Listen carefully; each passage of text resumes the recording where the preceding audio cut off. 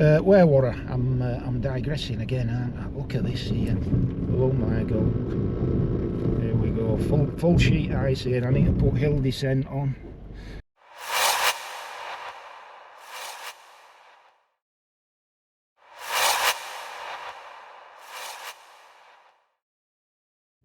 Hey up, welcome back. Whoa, here I am again in the boring old car. I do apologise. We've just seen the back of a whacking great storm here in the United Kingdom, named Eowyn or Eowyn or something like that. Don't know where they get these names from. Anyway, Scotland and Ireland have had a right battering, and they've been under a red warning. We've been under an amber warning up here in the north of England. And we've had a bit of a clogging too. Hey! I was sat in conservatory yesterday, late morning. There was massive gust of wind, and next thing, one of the roof cappings on the conservatory, hey, flew off. It's probably in Denmark by now. Any road up. It's in hand. It's more of a decorative part than anything, but even so, annoying and likely expensive as well, I'm sure. So we've had that battering, and this morning, although it's lovely and sunny outside, sheet ice on my road, absolute sheet ice, black ice, full length of the road. So I was hoping to get little Norman out for a ride in the winter sun. However, black ice and bikes don't mix. And I don't like to just resort to voiceovers if I can avoid it, if I can possibly avoid it. So next best thing, sorry, in the old car, and hopefully a bit of half decent scenery for you. That's if the camera on the front of the car doesn't stop working. We shall see. Hey, right, so some interesting information for you, yeah, which I gleaned at that event at AKA Automotive in Shipley on Thursday night with Craig and Charlie there at that fantastic dealership. But yeah, I was speaking to the BSA rep there, so some valuable information. Stay tuned, come on to that before too long. Yeah, that event on Thursday night was absolutely top dollar. Very, very well attended. It was an absolute pleasure to meet a lot of my subscribers there. Absolute pleasure. And some of the bikes there were definitely had my juices flowing, if that isn't too much information. Hey, we're just coming down into a little village here called East Morton, part of Bingley district. Quaint little place. Aye, East Morton.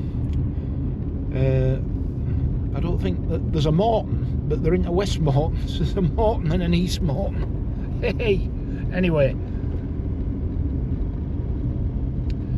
where were I? I'm rambling again. Where were I? Right, so, aye, yeah, cracking event and some fantastic bikes there. There were a Triton there. We're talking to the owner of the Triton. He was telling me all about it. Sort of sounds like an amalgam betwixt a Norton and a Triumph, and I suppose that's what it is. But a very impressive looking piece of kit it was, to be sure. Cracking looking bike. And lots of other stuff as well. I'll try and chuck up a few photos for you in and amongst my ramblings today. But cracking evening. Thank you, Craig and Charlie. You've got a brilliant dealership going there. We all wish you the very, very best of success with your noble endeavours there, with the Nortons and the BSAs and the Moto Marinis. Oh, Moto Marinis! I really do have a soft spot for Moto Marinis. And upstairs at AKA, they have two Moto Marini Sciamezzos, I think that's the right pronunciation, Sciamezzos, which I think is Italian for 6.5. That's what the model's called, the 6.5, because it's got a 650cc engine, which is modelled on an old Kawasaki engine, allegedly. But the two up there, and they've got another 650, that was the adventure bike, the Moto Marini Escape 650. And I'm looking forward to the 1200 of that version landing and handing out a bit of competition to CF Moto and Vosges. All for that. So we'll see, won't we? But yeah, upstairs, so 3 of them there. Moto Marinis, a legacy Italian brand, still designed in Italy, made in China of course, so the price point for them is incredibly reasonable, very, very accessible indeed, which is the principal reason that I frequently extol the virtues of Chinese made bikes, because of their accessibility to people who otherwise would not and could not be in the market. So yeah, so I'll throw a couple of pictures up of the two bikes that I had a little try of, and yeah, the Sciamezzo, I probably got that wrong, the 6.5, let's call it the old 6.5. There's a sort of scrambly type version, and there's a road going version, and they're both absolutely cracking. Now I love the red one, I love that red colour that Moto Marini do, but I prefer the sort of riding position and overall styling of the scrambler type, but typically that ain't available in the red colour. And the one I tried is the matte green. That's a used bike that they've got up, but it's under £5,000. What a lot of bike for under £5,000 with low miles on that one. Get yourself up to AK Automotive and have a look at these here Moto Marinis. Fabulous.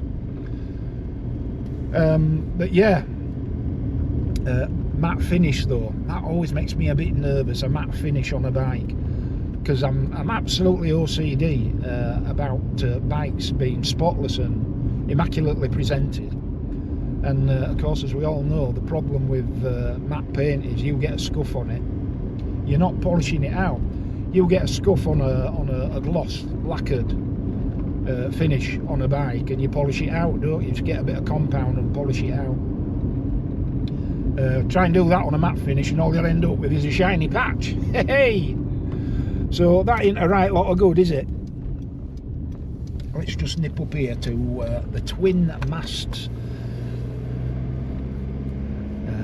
well-known local spot here that marks the road between this neck of the woods, look at all this ice, this neck of the woods and Ilkley over the tops.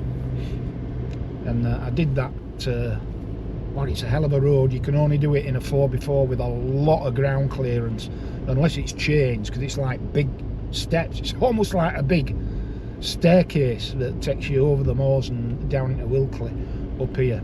I did it in a Mitsubishi Shogun. I wouldn't like to do it on a car that didn't have a lot of ground clearance, but I'll not be trying that today. But look at the frost and ice up here. This, folks, is why I am not out on a motorcycle.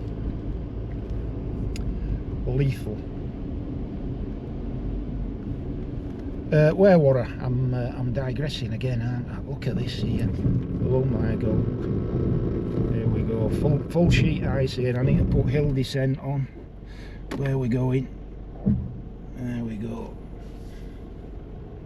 You get a bit of hill descent functionality with these here CRV Hondas, but it was straight into slippy slidey mode there. Can you imagine that on a bike? Can you imagine having to do that on a bike? You'd have been straight on your ass, wouldn't you? Flat on your ass. There we go. Hill descent control. Useful bit of kit in these circumstances. Right, let's knock that off. Right, sorry for that. Hey, whoa dear, that were a bit of an arse nipper. Right, so right, that has distracted me. Where were we? Hey, right, Motor Marinis. So yeah, the red one, the non-scrambly type. That one, it's brand new and it's a beautiful looking thing, and I think it's just over £5 grand. Very, very reasonable. What a cracking looking thing. And you know, and of course 650cc, I don't know what the power output would be on that, 50-60 brake or something like that, but a very, very usable power and an absolutely stonking looking bike. Fantastic. So yeah, very, very enjoyable evening there. Nice pint of Saltaire blonde ale from just down the road, and pie and peas on offer. And I bought a few raffle tickets and a bit of a donation to the Yorkshire Air Ambulance, so good causes all round, it has to be said, that event. So well done Craig and Charlie, keep up the good work. And yeah, I might well be in the market for a Moto Marini at some point, because I just can't get to sometimes a bike comes along at such a reasonable price that I just can't get it out of my head. Hey, that'd be one of them. I need therapy. Aye. Yeah, so what else to talk about? Oh, right. Yeah, Royal Enfield. Yeah, I have very mixed feelings about the two new 650s they've got, the classic 650 and the Bear. And I noticed some southern YouTubers have already got their hands on one to test ride. Old Mark Pullins. I like Mark Pullins reviews, I do. I think he's very good. Mark Pulling, yeah. He's had his paws on one, but they seem to land down south and then just gradually make their way up here, up north to the demonstrators. And so until Appleyards get a demonstrator of the Bear or the classic 650, I can't really give an honest opinion. But my sort of thoughts generally crystallise around the what seems to be now almost like flogging the dead horse, which could become the 650 parallel twin from Royal Enfield. And that's right, sir, you've got the space, thank you. I just wonder how much further they can go with that engine, because I really do think that it's the new Sherpa engine, the single cylinder water cooled, that's in the Himalayan 450 and the Gorilla. I think there's far more potential in that engine. It's a far more engaging engine from the rider's point of view, to my mind, is that there 450 single Sherpa engine. Beautiful thing, beautiful thing. Aye, looking here, we're eating to the sun here, aren't we? Way by it. Look, that's their road there. In fact, I'll just show you the beginning of it. If that comes up here, don't be trying that without four-wheel drive. And even though I've got four-wheel drive here, I'll not be attempting it in these conditions.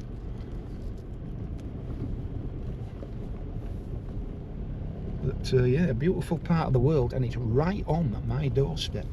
Right on my doorstep. This is. Very popular with walkers and dog walkers, as you can imagine.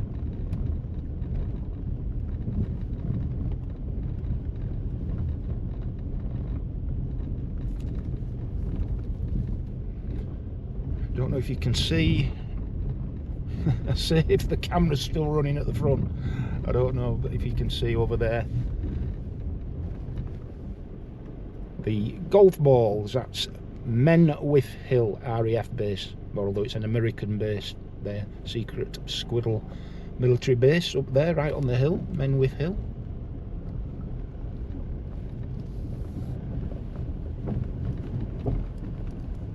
And excellent visibility up on the moors today.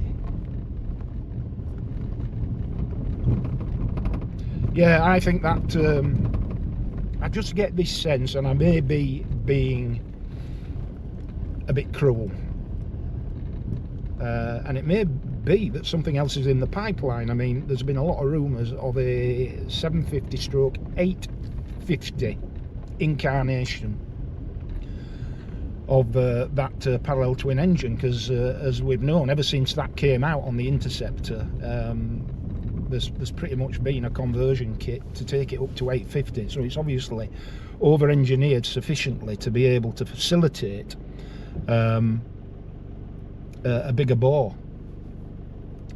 So there's rumours of that abounding, but I just think that you know, that single cylinder 450 Sherpa engine, it's just an absolute peach. I don't know what it is. There's just something about its character which I absolutely love. Yeah, a lot of people don't like it because it's water cooled, but no, I think it's a brilliant engine. Aye, so yeah, BSA. So you may well be aware that I put a Decat pipe on my BSA and had to bin it as an idea and take it back off again and return it to stock, because it wasn't compatible with the BSA dresser bars which I had fitted, the genuine BSA dresser bars, which I like to have on the bike, and I'd rather have the dresser bars than the Decat. So I took the Decat off. It don't fit. It's as simple as that. It don't fit, and if you have a look back at the relevant videos, you'll see how and why it didn't fit and what I had to do. So not Hitchcock's fault. I notified Hitchcock's that there was a conflict between the Decat pipe and the BSA dresser bars, and they've updated their listing, so not an issue there. But I got a lot of comments, an awful lot of comments, basically saying if you fit a Decat, it invalidates your warranty. And then other comments say no, it doesn't invalidate your warranty. And comments saying if you fit a Decat, you should be telling your insurance company, because it's a performance modification, which of course you should always notify to your insurance company. Now, whether a Decat pipe on its own constitutes a performance update, I suppose, is up for debate. But warranty issues, that's an interesting one. I've never really managed to find the correct answer. So who should materialise at the AKA do on Thursday evening but the BSA rep? So got straight into his ribs and just posed the question. Look, if you put a Decat pipe on a BSA Gold Star, what issues are there vis-a-vis the warranty? And the response basically was that the engine's, obviously the engine is designed, primarily designed to function with all the parts that BSA put on that engine, including the exhaust. So from the outset it's designed in a particular way and to work in a particular way with particular parts that have been part of the R&D process for the development of the bike. So from that point of view, anything that isn't part of that collective, if you like, is suboptimal. That's one way of looking at it. But what this gentleman said, it was very candid with me, and he said, look, if you put a Decat pipe on and something happens at that part of the engine, something goes wrong at the top end of the engine. Now bear in mind, you put a Decat pipe on, your engine's going to run a lot hotter, and if your engine runs hotter, then as I understand it, there are implications for the longevity or otherwise of your valves and such like. And people try and get around that by fitting a fuel X and all the rest of it, but then again, when you're fitting a fuel X, you're into this whole insurance thing about performance enhancing parts and modifications and all the rest of it. So it's a bit of a miasma of a situation to get your head round. Now, I know a lot of people will happily put a decat pipe on, mainly for the sound. I mean, let's face it, that's why people do it. You won't notice any difference in performance. The only difference that I can see is if you put a full system on with a decat, you're probably going to be saving a fair bit of weight. If you just put the decat pipe on, then really it's all about the sound and not a lot else. I'll be astonished if anybody can tell the difference in power delivery. I suspect if anybody can, it might be a little bit psychological. So yeah, the only reason really you'd fit that decat pipe on its own is to improve the exhaust sound. And you can do that by taking the dB killer out of the OEM exhaust, if that's what you want. You just need to drill them rivets out. So that'd be a more straightforward way of achieving that enhanced sound, wouldn't it? But he basically said, yeah, it has the potential to invalidate your warranty. And I know a lot of people fit the pipe and are happy to take that chance. Okay, if it invalidates the warranty, I'll take that chance. But I'm not prepared to do that.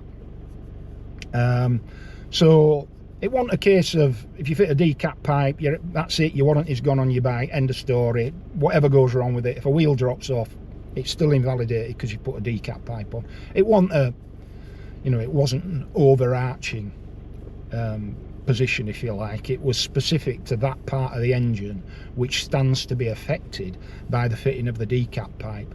So what I took from that conversation is this: if you fit your decat pipe and for some reason there is an issue during the warranty period in that part of the engine, then there's a very, very good chance that your warranty won't be honoured.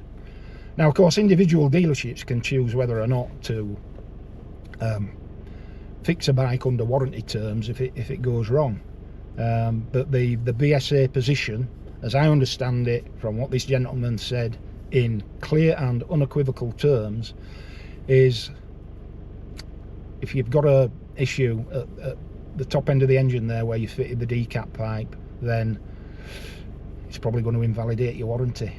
Ooh, worth knowing, guys, worth knowing.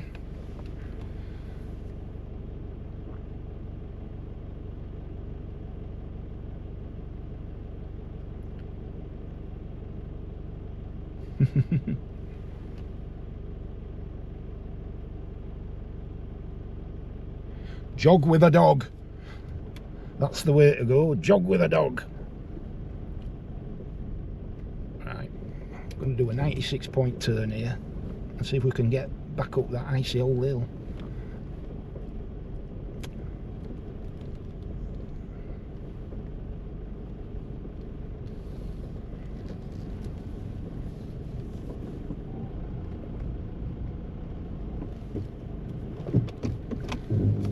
Beautiful up here.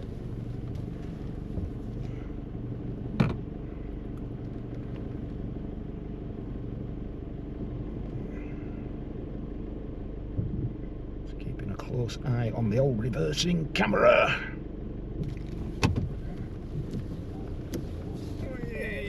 Let's go to the way now.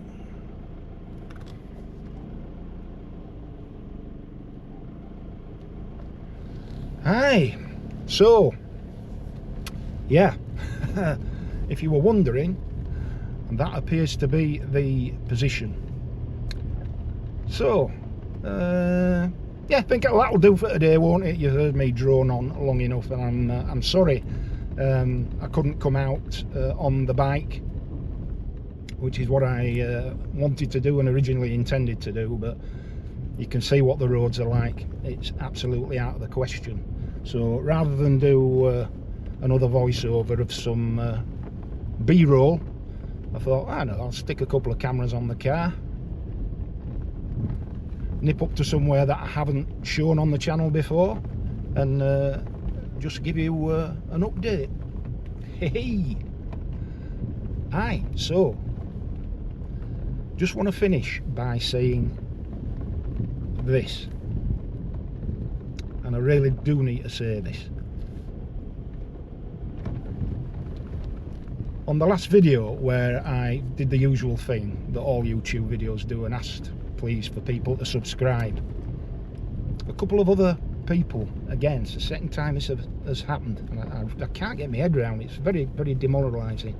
Come on and said, I was a subscriber to your channel, but yet again all I ever see is you pleading for subscribers, so I've unsubscribed. Now if anybody out there can explain that logic to me, please do. I'll just open this gate and get out.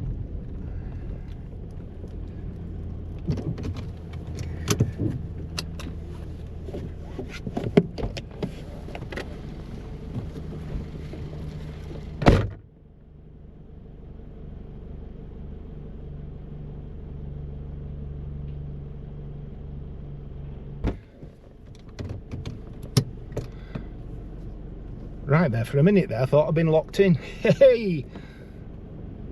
Obviously got to go on a course to learn how to open and close these gates, especially if you're incompetent like me. Be right back. Right.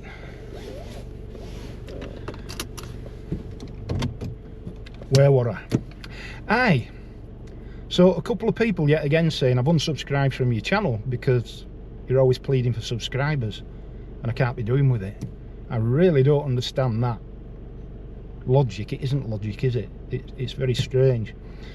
But I'd just like to re-emphasise, like any other YouTube, I'm always going to ask for people to subscribe, because subscriptions are the lifeblood of any YouTube channel. And without subscribers and without a healthy growth of subscribers, there is no channel. It's as simple as that. It's subscribers on YouTube are a bit like a currency. You know, they're the benchmark by which your success is measured, and they're almost like the currency that allows you to keep running the channel and making improvements in the quality of the content over time, which is what I always strive to do. So that's the only reason I ask for subscribers. But it just absolutely, it just leaves me absolutely speechless when people come along, and it is more than one unfortunately, and say I'm sick of you asking, begging, pleading for people to subscribe. Well, I'm not going to stop. I do find that when I do ask or remind people if they please subscribe and why, which is what I've just explained, that subscriptions do go up, sometimes quite significantly. So if one or two people want to take the bat home on the back of it, then, you know, from my point of view, a net gain's a net gain. Crack on. But just really very, very disappointing. But I don't want to end on a negative note, but I am going to say, please, if you enjoy this content, please subscribe, will you? Because still 70% of people who view and repeatedly view this channel, they're not subscribed, and I really just would appreciate if you would subscribe to the channel. Not a lot to ask, I don't think. Just that click, free of charge, free now, free forever. Just click that button and subscribe, please, if you would. Right. Hey, and I'll keep my fingers crossed that nobody else comes along and unsubscribes because I've asked people to subscribe. Hey, right, hope that was of some interest to you. If it was, please click a like, please feel free to share, and until the next time, and in the meantime, ride safe, be kind, and I'll see thee.